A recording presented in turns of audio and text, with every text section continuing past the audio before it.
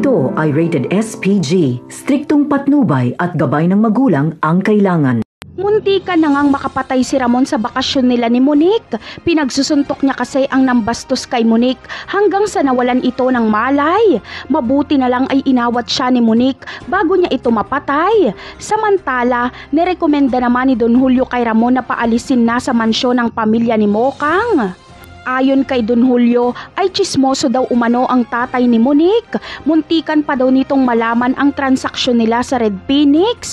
Kaya sa pag-uwi nila Ramon ay bibilhan niya ng bahay ang pamilya ni Mokang para bumukod na ito. Bibigyan niya rin sila Marsing ng puhunan sa kung ano man ang gusto nitong magiging negosyo. Sa kabilang banda naman ay nangyari na nga ang rambulan sa selda.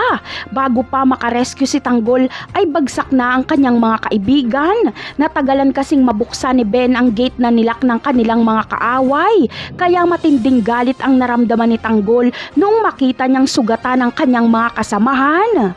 Kaya naman mag-isa niyang hinarap ang mga bumugbog sa kanyang mga kaibigan. Inisa-isa niya itong pabagsakin. Wala silang laban kahit mag-isa lang si Tanggol. Nasaksihan ng lahat kung paano magalit si Tanggol. Makakapatay si Tanggol dito. Hindi mapipigilan ng mga preso ang galit ni Tanggol. Samantala, darating naman sila Balatukan para awatin si Tanggol. Si Tanggol na lang ang makikita nilang nakatayo dahil lahat ay bagsak na. Kaya bubugbugin si Tanggol ng mga jail guard. Ganun pa man ay hahangaan ng lahat ang galing ni Tanggol.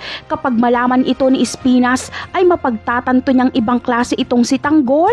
Dahil tahimik lang ito pero magaling at buo ang loob. Napakarami pa nating dapat abangan sa mga susunod na episode ng Batang Quiapo. Paalam!